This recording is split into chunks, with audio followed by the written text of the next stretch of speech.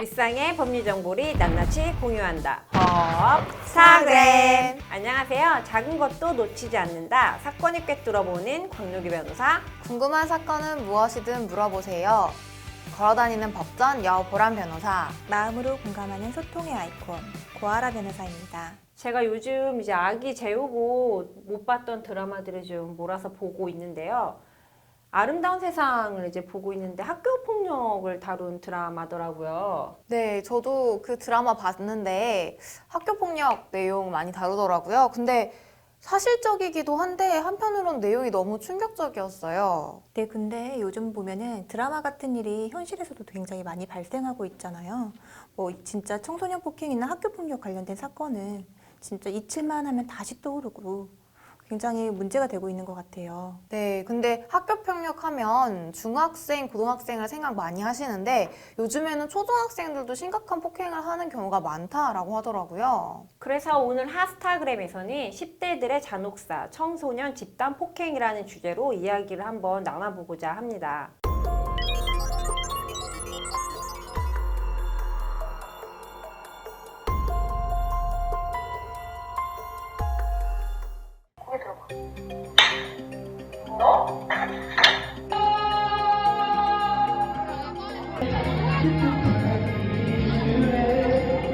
야, 너 내야, 그럼.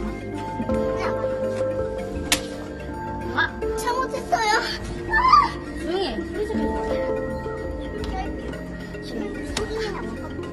방금 보신 영상은 익산 여중생 집단 폭행 사건인데요. 여러분들도 지금 보셨다시피 구석진 곳에 무릎을 꿇고 있는 여중생을 향해서 여고생 2명이 번갈아 가며 매우 잔혹한 폭행을 가하고 있었는데요. 이 폭행 수위를 보면은 정말이지 이제 웬만한 조직폭력배에 못지않은 것 같더라고요. 네, 더 무서운 점은 가해자들이 이제 피해자가 잘못했다고 막 울면서 비니까 웃으면서 더 심한 폭행을 가하더라고요. 근데 사실 요새는 뭐 매체가 발달하고 학교 폭력에 대해서도 좀 적극적으로 신고하고 이런 문화가 생겨서 그러는데 저 학교 다닐 때도 학교 폭력 문제는 좀 심각하긴 했던 것 같거든요. 저만 그랬나요? 네. 왜 네. 예전에 학교 다니면 일진이라고 해서 맞아요. 예. 음. 그러니까 저희 신랑은 이제 서울에서 자랐고 저는 이제 갑자기 이제 제가 태어나서 자란 고향 저희 공개. 고향을 갑자기 욕하는 것 같아서 예, 나쁘게 얘기하는 것 같아서 좀 그렇긴 한데 저는 이제 청주라는 곳에서 자랐는데 그 깡패가 되게 저 중고등학교 다닐 때만 해도 그 조직폭력배가 그 중고등학생에게도 뿌리가 내려 근데 어쨌든 그때랑 지금이랑 좀 생각해 보면 계속 좀 있어 오긴 했지만 제가 좀 요새는 더 무섭다고 느낀 게 이렇게 막 울고 이러는 친구들한테도 지금 이제 막 웃거나 지금 이제 여보람 변호사가 말한 대로 그런 걸 약간 즐기는 듯한 그런 이제 가해 학생들의 모습 또 촬영을 해서 공유하고 이런 거가 좀 아무리 무섭다 해도 와 이렇게 조금 무섭고 이제 친구들이 잔인한가 싶은 생각이 들더라고요. 근데 오죽하면 10대들이 싸우고 있으면 그냥 가던 길 가라라는 말이 있겠어요. 어른들도 전혀 개의치 않고 이런 무서운 행동을 아무렇지도 않게 하는 10대. 이게 바로 요즘 10대들이 아닌가 싶습니다. 네, 지금 보시고 있는 해시태그들이 뭔가 하면요. 바로 최근 한 달간 뉴스에서 보도되었던 미성년자 폭행 사건들입니다. 그중 2006년생들의 학생들이 저지른 집단 폭행 사건을 살펴보면요.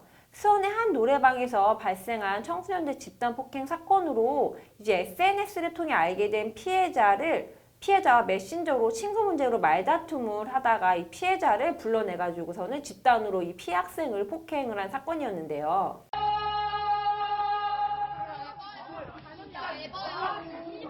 야야야야, 안 돼.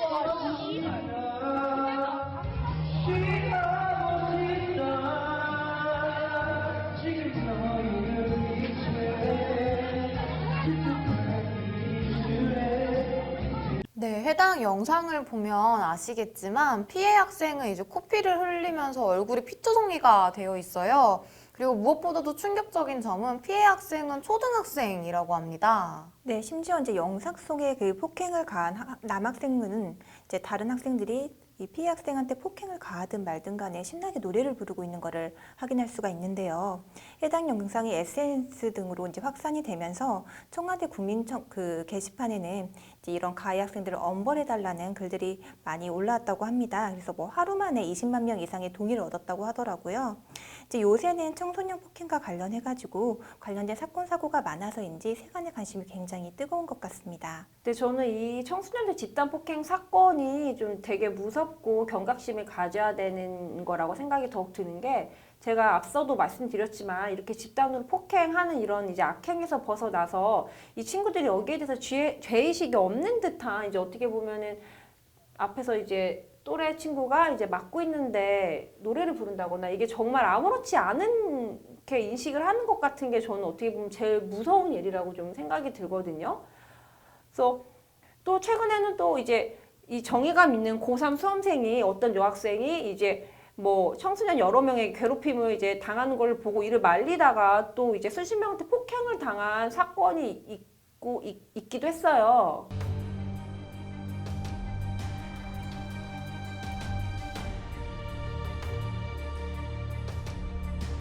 네, 맞아요. 그 수능이 한 달도 안 남은 이 시점에서 수험생이 맞았다는 거에 있어서 저는 굉장히 격분할 수밖에 없었는데요. 제 동생이 이제 수험생이기 때문에 더욱더 분노할 수 없었던 게 아닌가 싶습니다.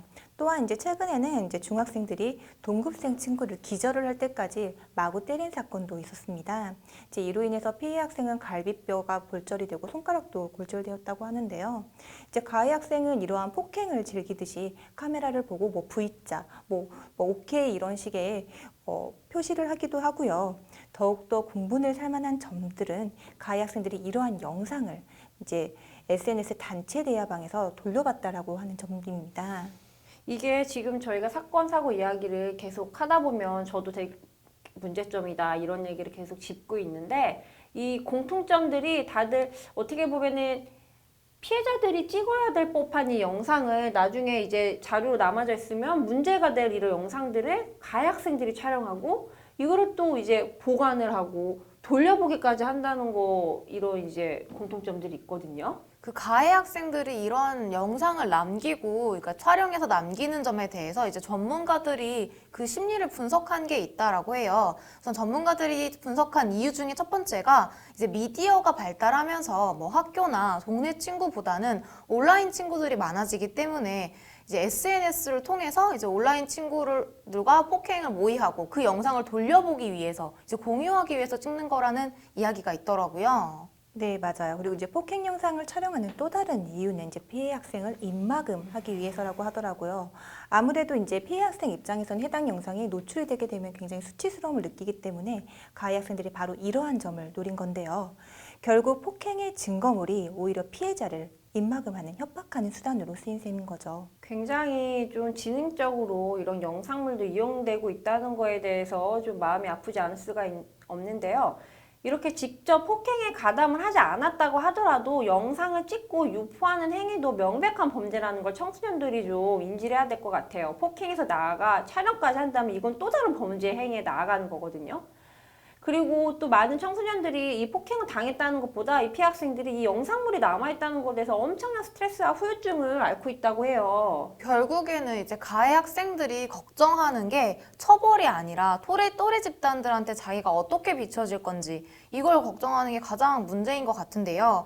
이렇게까지 이제 문제가 심각해진 거는 처벌 수위가 너무 약한 것 아니냐라는 지적도 있습니다. 네, 맞아요. 이제 이미 어린 친구들도 이제 자신들이 그런 이제 심각한 범죄를 저지른다고 할지라도 큰 처벌을 받지 않는다는 점을 다 알고 이를 악용하는 경우가 굉장히 많은데요.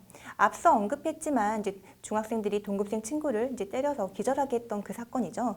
그 사건에서는 이제 그 학생들이 결국은 법적인 처벌은 고사하고 교내 봉사와 출석 정지 정도의 그 처분만 받았다고 하더라고요.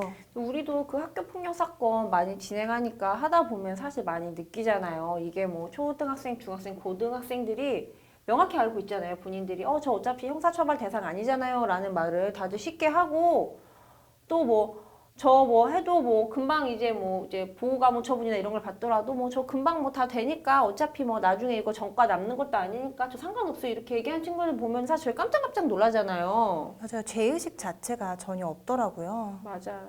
변호사님께서 말씀하신 것처럼 일정 나이의 경우에는 이제 형사처벌의 대상이 되지 않는데요. 이제 몇 살 때부터 이제 형사처벌을 받는지를 우선 확인해 보면 만 10세 미만 같은 경우에는 형사처벌 그리고 소년법상 보호처분의 대상도 아닙니다. 그리고 만 10세 이상 그리고 만 14세 미만의 경우에는 소년법상 보호처분만 받게 되고요. 만 14세 이상이 되어야지만 이제 형사처벌의 대상이 되긴 합니다. 네, 결국 만 14세 이상의 경우에도 형사처벌은 받지만 소년법 특례를 받아서 완화된 기준으로 형을 선고받게 되고요.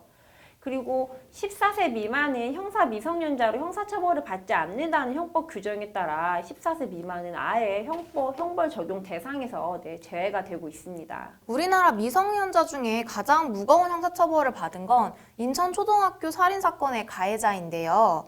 이제 고등학교를 자퇴한 김모양이 2017년에 놀이터에서 놀고 있는 8살짜리 여자아이를 자신의 집으로 유괴한 다음에 목 졸라 살해한 사건입니다. 근데 가해자는 이제 피해자를 전손으로 목 졸라 살해했고 그 이후에 식칼로 신체를 훼손하는 등 그 살인 방법이 너무 잔인해서 충격을 줬었는데요. 네, 이 사건으로 이제 주범이었던 김모양 같은 경우에는 미성년자에게 최대로 선고할 수 있는 최대형이 이제 징역 20년이 선고되긴 했었어요. 이제 그런다고 할지라도 김모양이 이제 20년을 복역을 하고 만료를 하고 나온다고 할지라도 그 나이가 30대 후반에 불과하기 때문에 유가족이 크게 분노를 하고 있고요. 또한 이제 김모양이 모범수로 출소를 하게 된다면 30대 초반의 나이밖에 되지 않기 때문에 많은 국민들이 공분을 사는 것이 아닐까 싶습니다. 네, 그 공범 또한 무기징역이 아니라 징역 13년형을 선고받았는데요.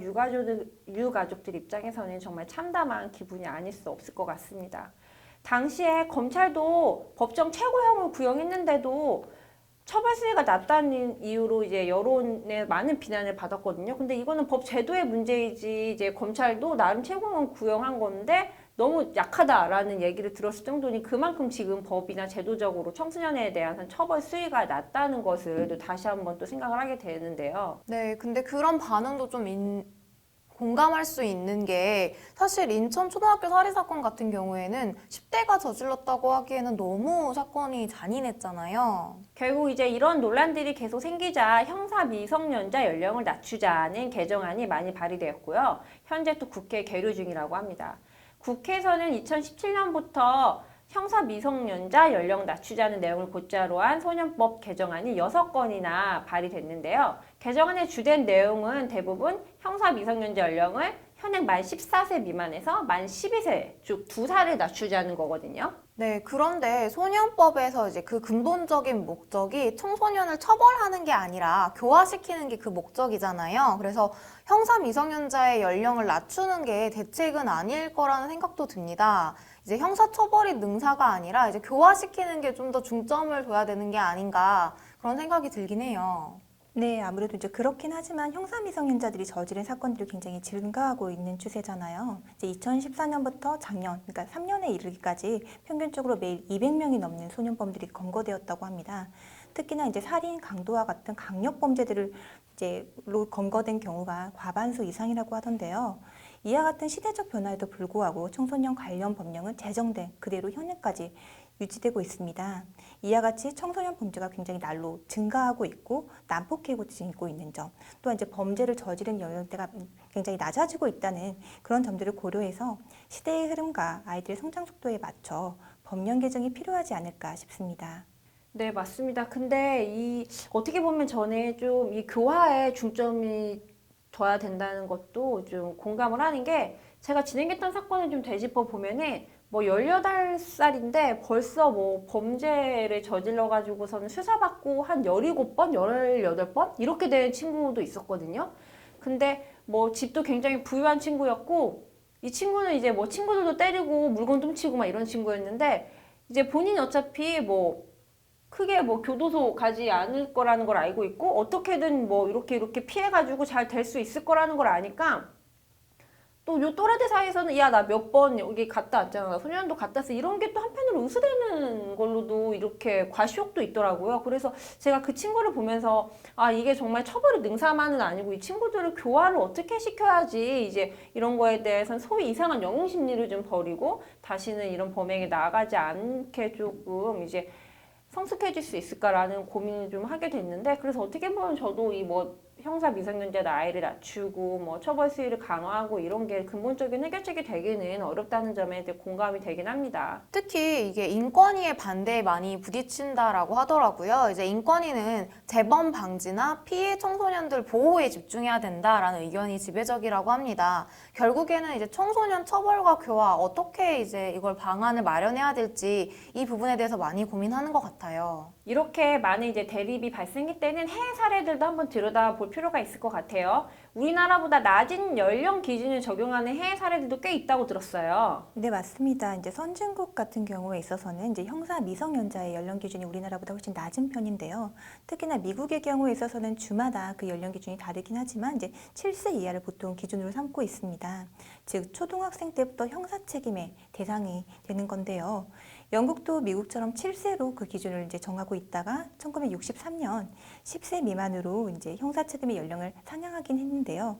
그렇다고 할지라도 우리나라와 비교를 해보면 형사 책임을 받는 그 연령이 훨씬 낮다라는 것을 확인하실 수 있습니다. 네, 그런데 한편으로 유엔에서는 2007년도부터 최소한 12살 아래로는 형사 책임을 지우지 말라 이렇게 권고하고 있다고도 합니다. 그래서 형사 미성년자의 연령이 만 12세인 나라도 많다고 해요. 네, 이제 형사 미성년자에 관련된 이제 나이를 인하하자라는 이야기는 굉장히 논의가 활성화되어 있는 상황인데, 저는 이제 이러한 범죄의 피해자에 대한 그 보호 조치와 폭력 재발 방지에 대해서도 우리가 관심을 가질 필요가 있는 것 같아요. 청소년 범죄가 있고 난 다음에 가해자에 대한 논의는 많이 이루어지고 있는데 이제 피해자에 대해서는 좀 논의가 부족한 건 있는 것 같아요. 사실 10세 때 겪은 일들은 잊혀지기도 쉽지 않고 어쩌면 평생 트라우마로 발생할 수도 있거든요. 맞아요. 얼마 전에는 대전에서 중학생들이 동급생 한 명을 집단 폭행한 사건이 있었는데 그 수사 진행 과정에서도 또 이 친구들이 피해자를 추가로 폭행을 해가지고 크게 논란이 된 적도 있어요. 그 피해 학생이 그 수사 과정에서도 또다시 폭행을 당했다니 이 공권력도 믿을 수 없고 나는 누구를 믿고 어디서 보호받을 수 있나라는 생각을 했을 것을 이제 좀 저희도 생각해 보면은 얼마나 그 친구가 참 무서웠을까라는 생각도 들고, 너무나 지금까지도 가해 학생을 어떻게 처벌하고 어떻게 교화할 것에만 너무 치우쳐져 있지 않았나라는 반성도 하게 됩니다. 그러니까요. 이제 피해 학생에 대한 이제 보다 그 보호와 치료를 위해서 보다 구체적이고 실효성 있는 대책이 굉장히 시급할 것 같아요. 어른들까지 혀를 내두를 정도로 잔혹하고 대담해지는 청소년 범죄, 과연 어떻게 두고만 봐야 할지 다들 고민해야 될 문제가 아닐까 싶은데요. 다시 한번 소년법 개정안과 청소년 범죄 교화에 대해서 심각하게 고민해 볼 때가 아닌가 싶습니다. 지금까지 핫 스타그램이었습니다.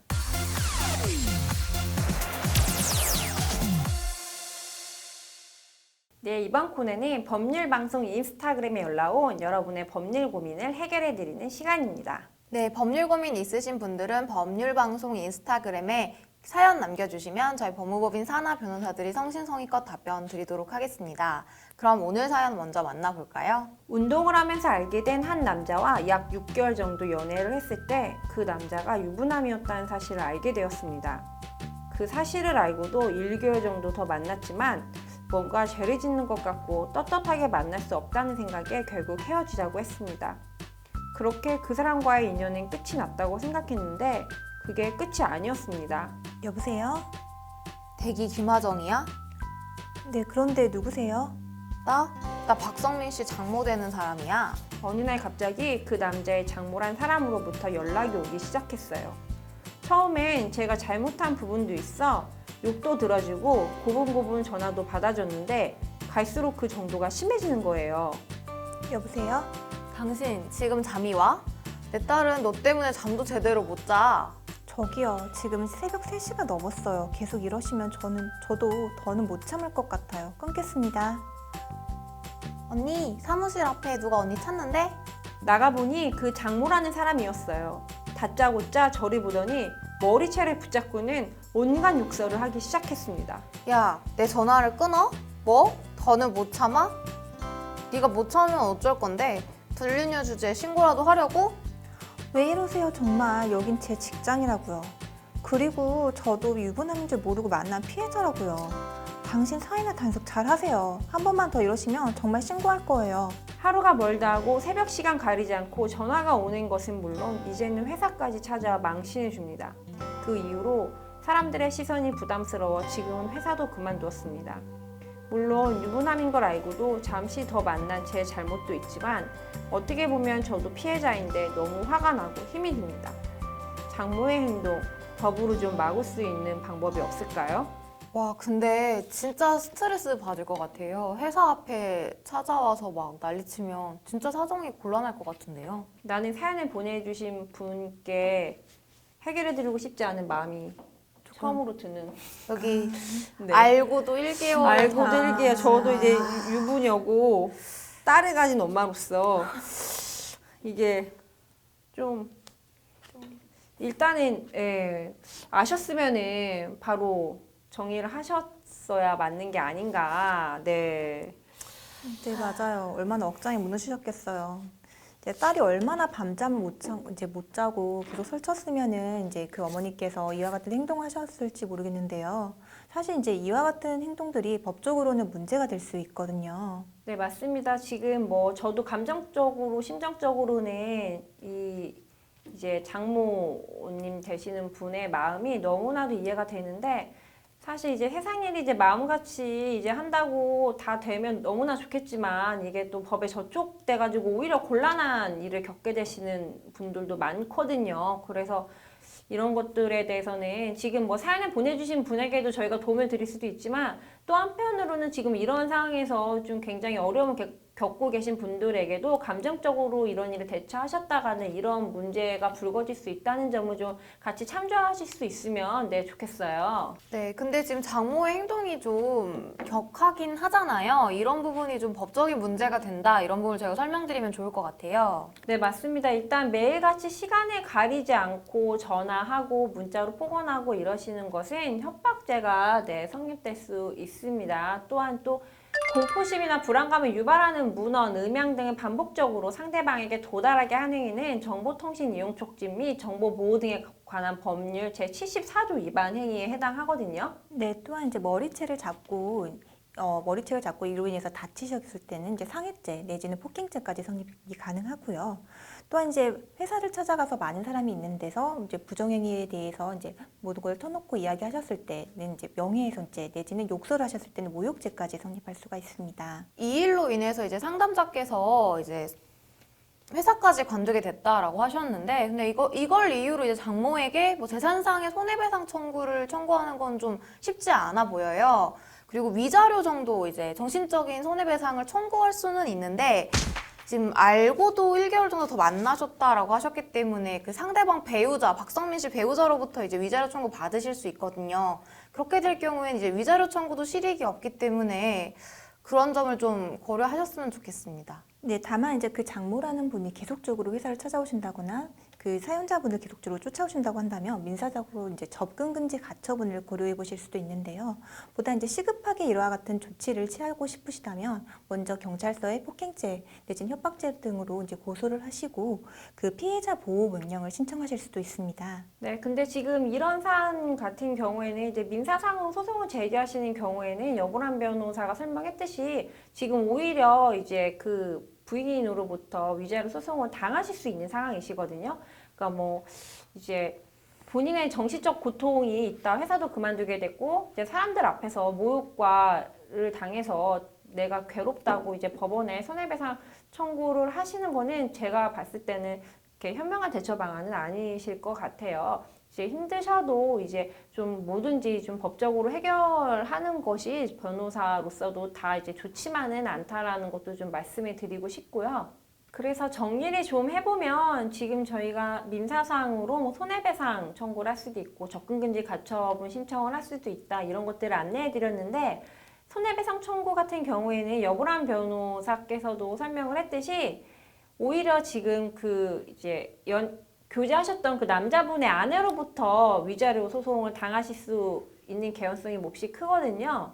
이제 회사를 그만두시고 또 그로 인해서 뭐 회사 사람들한테 망신을 당하셔서 정신적 고통이 크시다고 하더라도 또 어떻게 보면은 지금 그 이제 아내분의 정신적 고통은 또 엄청나게 극도로 이제 힘드신 상태이시기 때문에 저희가 변호사이지만 뭐든지 법적으로 해결하려고 하는 것은 좀 추천해드리고 싶진 않고요.